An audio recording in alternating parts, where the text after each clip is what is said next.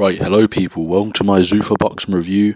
Now that they have had their first ever championship fight, I'm going to get into how the first four events have gone in this new promoter's journey, I guess. How it's coming along and where I see it going in the future. I'm going to go over all the events in this video that they've had. The details are going to be sparse for most of the undercards because you're going to see my reviews when it comes to these undercards. It's hard to keep it in your name, maybe because the name value is so low, but we'll get into the undercards for sure. Zuffa Boxing was announced a while ago. I can't remember exactly when, but it was announced when Turkey Sheikh said he wanted to set up a boxing league as kind of, I guess, the initial seeds planted that, something was coming. And it was announced a little bit after that he would be teaming up with Dana White and Nick Khan. Dana White, of course, from UFC fame. Nick Khan, I believe, from WWE fame. And teaming up with TKO, who are kind of the organisation, like a governing organisation that kind of own WWE and the UFC and some other corporations and such.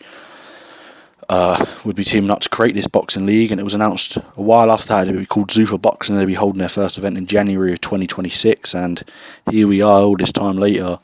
After I'd say about a year and a half of talks, it is here, and the product so far has been interesting to say the least. In the US, all the shows have been broadcast on Paramount Plus. In the UK, all the shows have been broadcast on YouTube, with murmurings about a Sky Sports deal coming any day now for the UK scene, which is very interesting to see if that takes place. We do know Sky is back in boxing. They're working with Jake Paul's MVP Promotions, so it is interesting to see if that goes through, and if that does happen, I would place bets on it happening. And that's a very big thing for the sport. Sky Sports, big platform in the UK, and it's always good to see Sky Sports in boxing because it's such a machine with all the resources that they have. The production on the events has been outstanding, as you would expect. All the events have unfortunately taken place in the Meta Apex, formerly known as the UFC Apex, as you all know, which is basically a COVID venue. It's a very, very small venue of people. It doesn't hold that many people at all, so the atmospheres are quite shit, to say the least. It's a bit old now, seeing fights even in the UFC in this venue, because it just, there's no atmosphere. Sometimes you'll see a great fight happen and you'll think, imagine what that'd feel like if it had a crowd, right? It would really add to the moment, it holds up to about 1,000 people, the Meta Apex, which is, it sounds like a lot, but in reality it's really not a lot when it comes to these types of venues. Compare it to something like the York Hall, which doesn't hold that many people. Like the York Hall holds 1,200 people, for example, I believe. Just over 1,000 people, which isn't that much more than the Apex. But the way in which it's built, it's so tight and compact, it can really create some wonderful atmospheres. Whereas the Apex is still, it only holds about 1,000 people, but it's built much more open, if that makes sense. So yeah, the events so far have been interesting production wise. I would like to see if they go to a venue, like a proper venue, at some point soon. I hope they do, especially with the signings of the likes of Conor Benn, who can sell a ticket in the UK. Then hopefully getting with Sky Sports. It would be interesting to see if they do start taking these events to different venues. I believe the only reason they haven't at the moment is because these events are announced 2-3 weeks before they actually take place. And you got to book a venue in advance. You can't really book a venue a few weeks in advance. It's usually got to be a few months.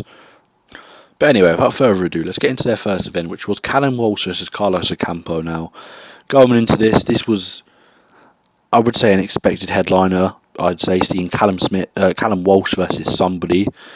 Callum Walsh has really been Dana White's kind of. He was his foot into boxing. There was about a year, 2 years before he actually fully put his foot in with Zuffa Boxing, that Dana White was kind of, you'd see posts on Dana White's pages, the UFC pages, fights on Fight Pass, and it'd be Callum Walsh, right? So they were kind of, they were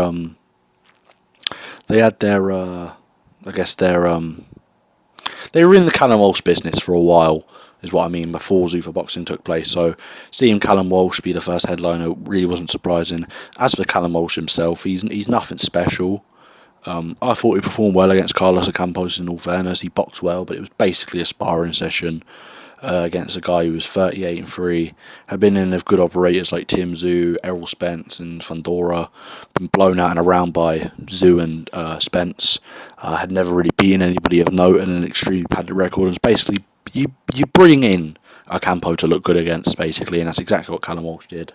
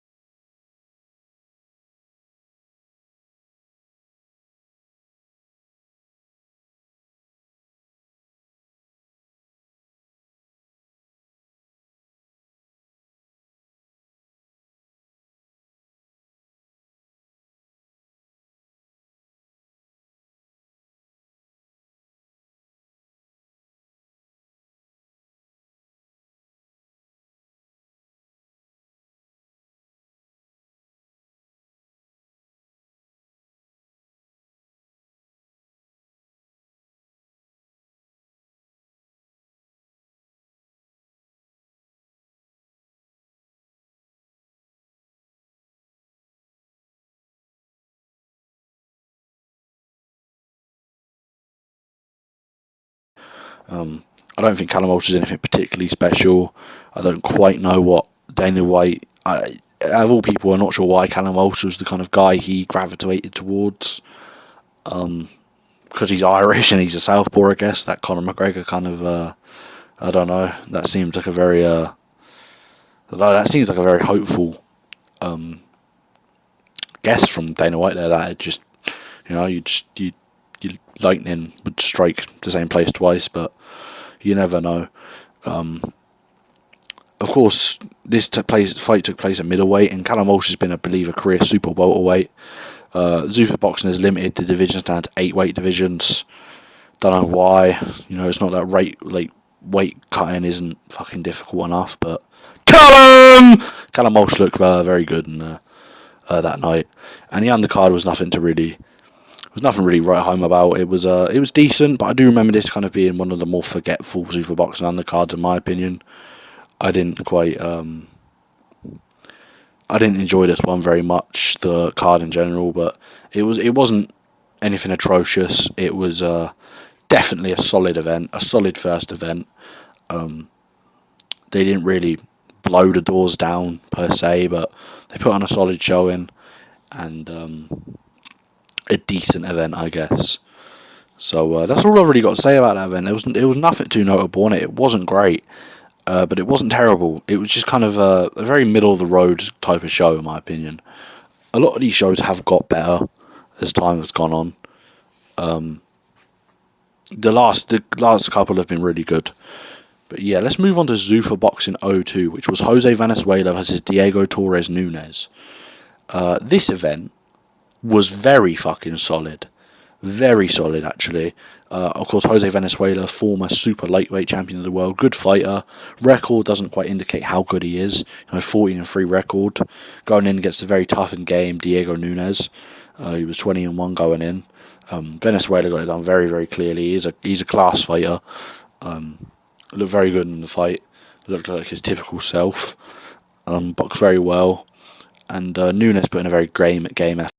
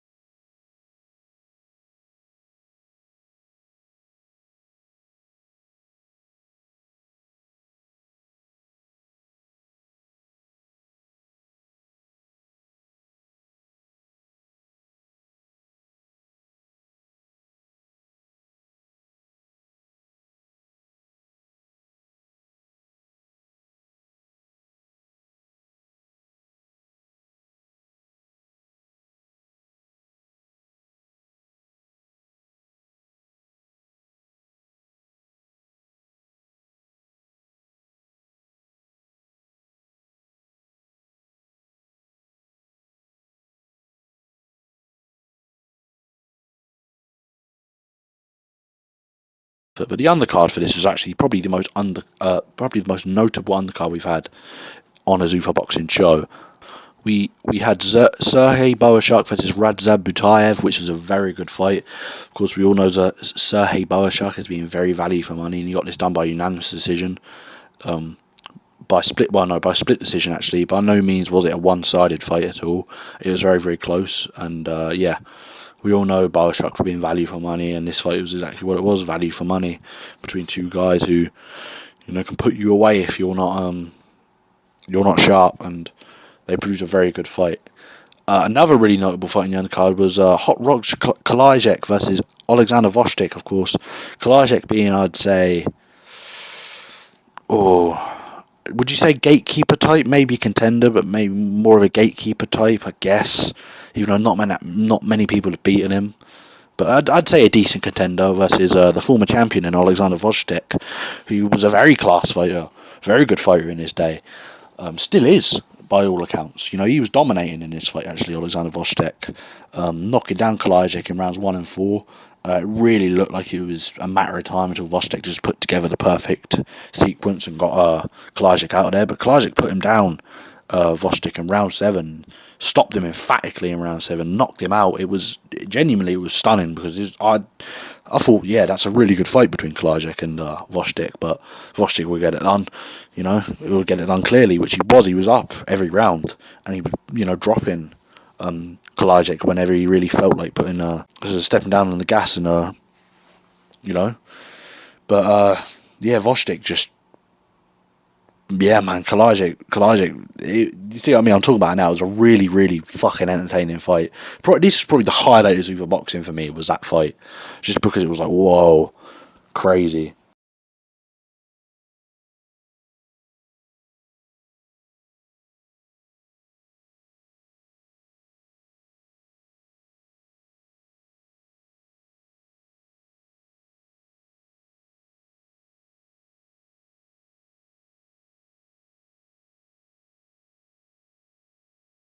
The rest of the undercard was really good as well.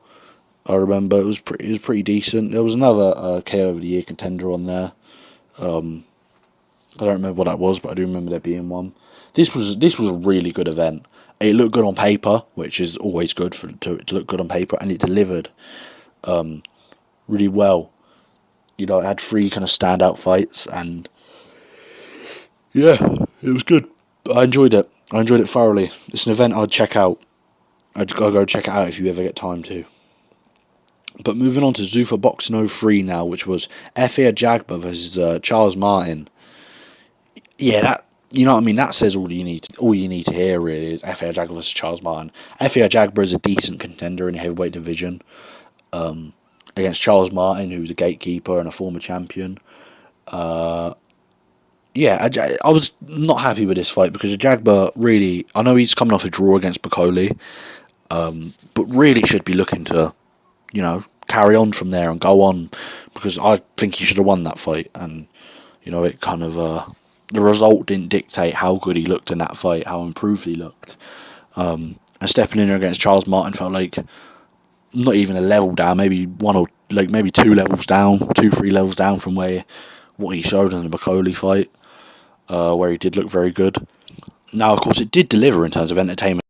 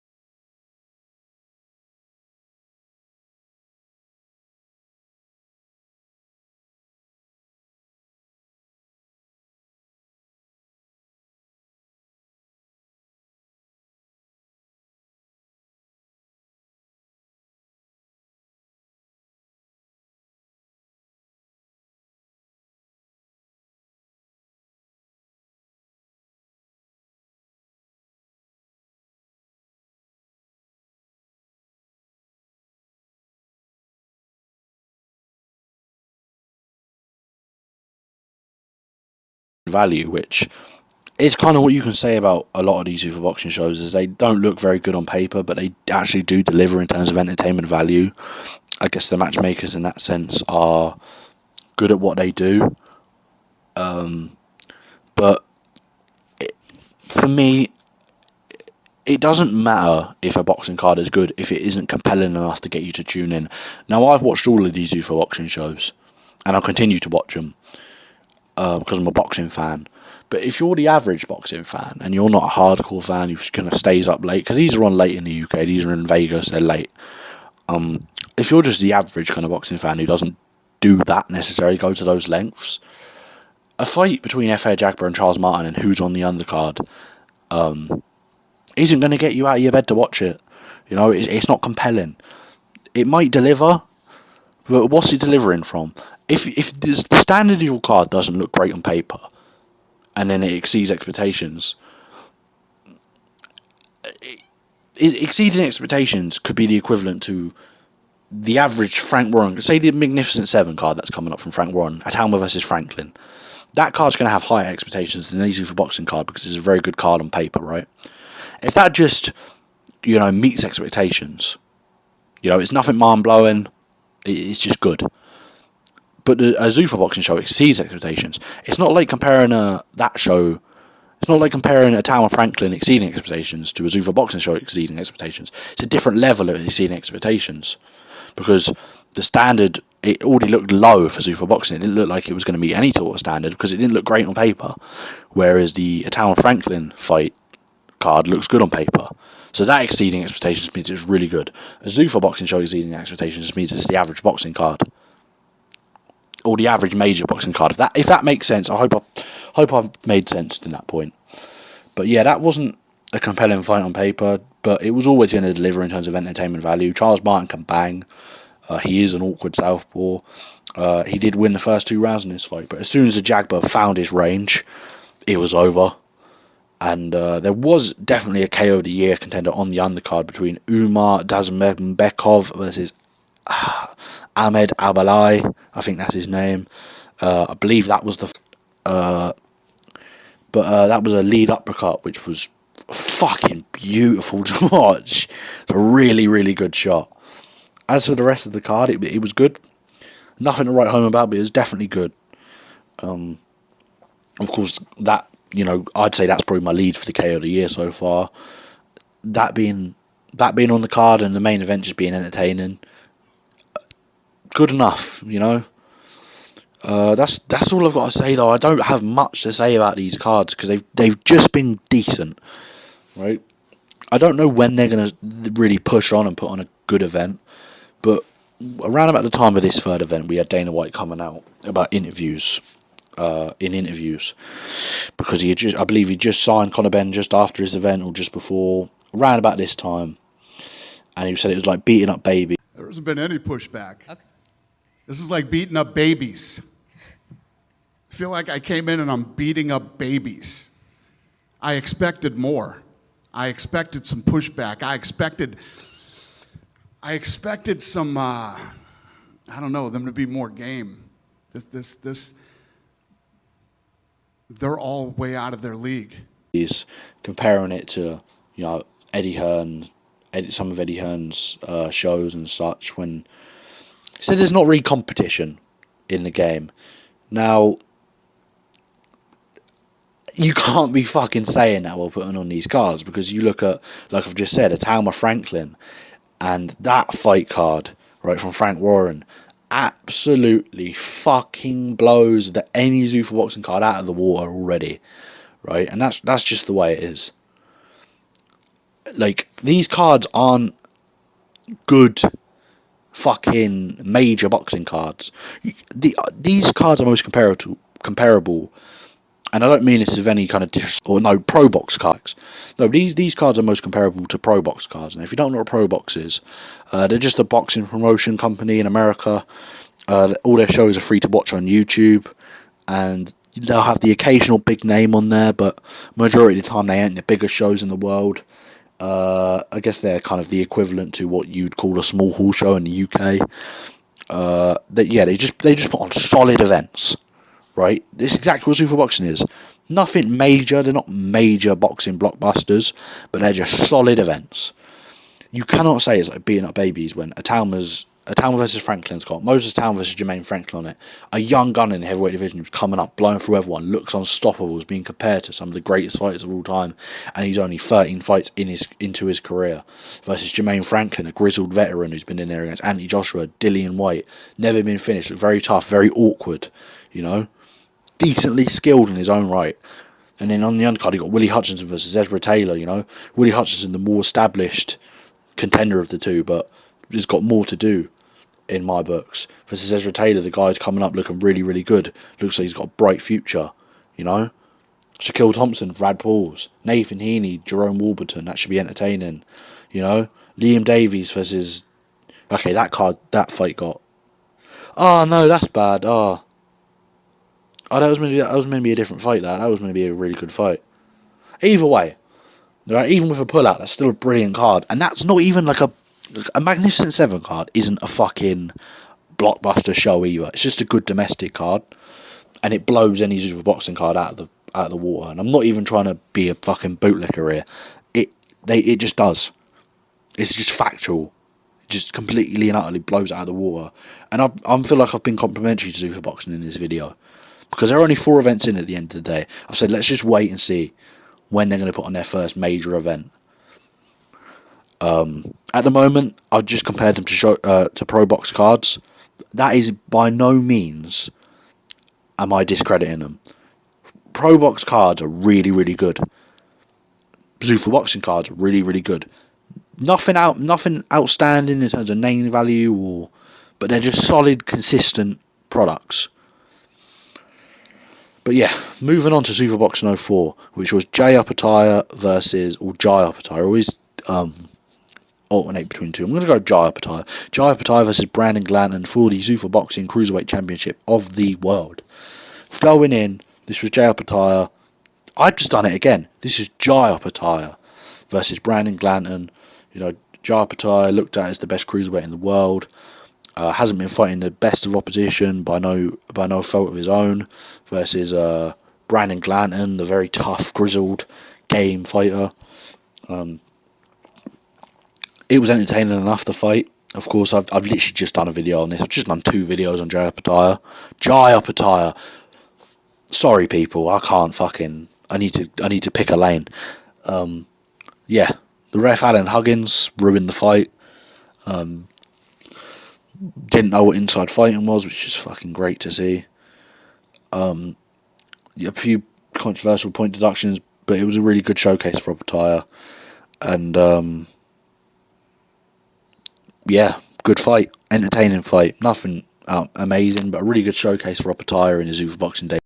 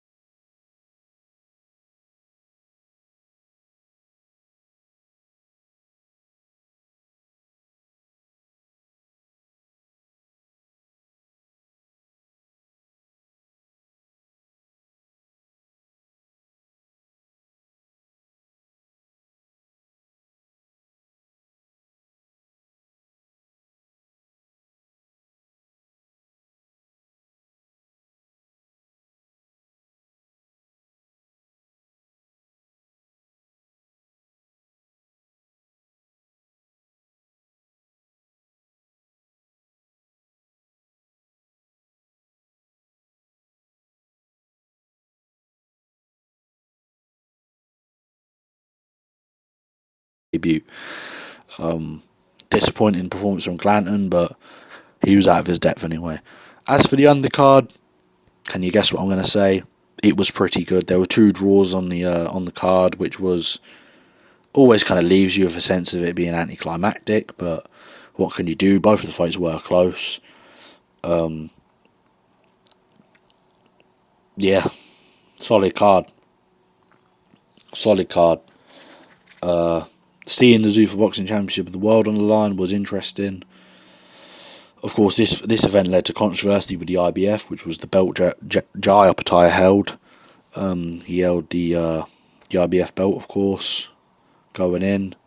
I believe he's been stripped of it now, which it very much looks like the governing body in the IBF look to make a statement out of Opetaia, look to make an example out of him by saying if you go to Zuffa Boxing and choose to fight for their belt, you can't hold a traditional boxing world title, which is smart from them to do, I guess. While the WBC is doing what the WBC does and sanctioning fights like Usyk versus Rico Van Hooven, the IBF are actually trying to put a stop to Zuffa Boxing, trying to get rid of them, instead of the WBC just giving them reason to get rid of them. But yeah, man, it was interesting to see. As for the Zuffa Boxing World title, I can't fucking say what's going on with that. I can't say if it's an accomplishment for Opetaia yet, because it's had one fight. There's no history to it. I can't dictate how meaningful a belt is if it doesn't have history, right? The IBF, WBO, WBA, WBC all have history to it. At the moment, I'd put the Zuffa Boxing belt under the fucking IBO, and I don't even rate the IBO as an organisation in terms of what they mean as a belt. I don't consider it one of the major world titles. It isn't considered a major world title by any of the other governing bodies. It isn't recognised. To be undisputed, you only need the IBF, WBO, WBA, WBC. But I'd rank it lower than that, because at least the IBO's got some history to it, right? Whereas Zuffa Boxing hasn't. So if Zuffa Boxing can keep signing good fighters, can maybe put on some 50-50s for the belt, I could see it in 3-4 years maybe being considered on its way to being, a belt. But I'm going to be completely honest with you, with Turkey the Sheikh being involved in this whole ordeal, and even with the Opetaia versus Glanton fight, if you noticed, they did the UFC thing where they had the rankings of the fighters next to their names on the kind of on the clock. It said Opetaia champion, Brandon Glanton ranked number 10. Opetaia being a Ring Magazine champion, Brandon Glanton being number 10 ranked in the Ring Magazine rankings. So why not just use Ring Magazine belts? If you're going to use their rankings, just use that belt. Because the Ring Magazine belt's got history to it. It makes sense. It's got rankings. It's considered, if you hold the Ring Magazine belt without being undisputed, you're probably the best in the division. So why not just use that belt? You've got the resources to do it. You've got the fucking owner of the Ring Magazine who's fucking financing your shit. So, yeah. Don't see why they haven't done that. The Zuffa Boxing belt doesn't make much sense to me at the moment. But yeah, if I had to give Zuffa Boxing a score overall out of 10 for how I'd rate it, so far I'd give them a 6 out of 10. Now, a lot of people would say that's low, but no, it's above average. 6 out of 10 is above average. You got a 7, 8, and a 9 above that before you get to 10. 6 out of 10, because they've put on good shows consistently that aren't compelling, right? It's not compelling me. I'm not sitting there thinking I've got to watch Zuffa Boxing for Opetaia versus Glanton, because it just doesn't elicit anything from you. If it was Zuffa Boxing, whatever, Opetaia versus Benavidez, I'm thinking, whoa, okay, yeah, sure, I'd love to watch that. Or even that's a really compelling fight, right? That might be out the realm of realism because they're a new promotion, even though they've got the money for it, right? And if they want, and they've got the money for it, and if they want to play with other promoters, which they should do, that fight isn't unreasonable. But still, even another fight that I'd find somewhat compelling would be Opetaia versus Chris Smith. Chris Smith, I'm pretty sure he's eligible to fight for. It doesn't matter because the IBF wasn't even on the line. So if you done Opetaia versus Chris Smith for the Cruiserweight Championship of Zuffa, right? Billum Smith just beaten Brandon Glanton. He's a former champion with lost his belt to Zerdo Ramirez, right? That's more compelling than this. Because even, stylistically, it'd even be a similar fight, but it could be against a higher quality fighter. So, the matchmaking there was a bit dodgy, because I just felt like Chris Smith probably should have been the one to get that fight, but, don't know, money, wasn't willing to make a turnaround by the date. I don't know, I don't even know if he's approached about it.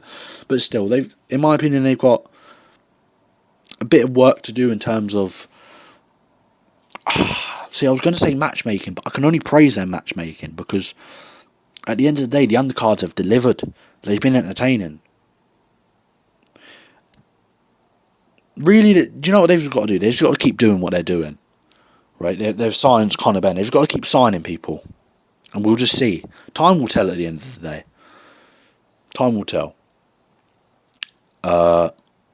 Yeah. But the reason I give him a 6 out of 10 is because the fights aren't compelling. You know, it's not making me wanna watch it. I'm only watching it out of curiosity at the minute. Yeah. Other points, the Zuffa boxing belt, we don't know what's going on with that. We don't know what that's going to mean in the future. The Apex is a terrible arena. That bunks it down a few points because it's just not. You don't know how much that adds to a fight. Is the atmosphere in an arena? It really does add something. Production's been good. I hate the commentary. Despise the commentary. I don't like having Max Kellerman on commentary anymore because comparing Callum Walsh to Roy Jones Jr. is idiocracy. I don't know. It's just pure fucking shithousery. That's so stupid. But there's so many fucking points I can make about Max Kellerman. I might make a whole fucking video on it. And he's been waiting his entire life for Zuffa boxing. You know, he's been waiting his entire life to see Jay Apataya fight Brandon Glannon for an IBF world title. For a Zuffa boxing world title. He's waiting his whole life for that. You know, the blockbuster fight. Fucking wow. Yeah.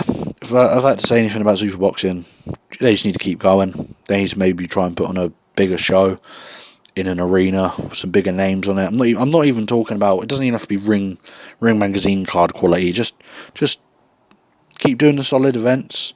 Listen, if they can put on 4 solid events, then a big event, 4 solid events, then a big event, that's perfect. That's absolutely what you need to do. That's fine. And then maybe in the future you can narrow it down to 3 solid events, then a major event. 3 solid events, then a major event. They just got to keep doing what they're doing. Time will tell at the end of the day. And yeah, thank you for watching. Goodbye. Yeah, that's all I've got to say. Thank you.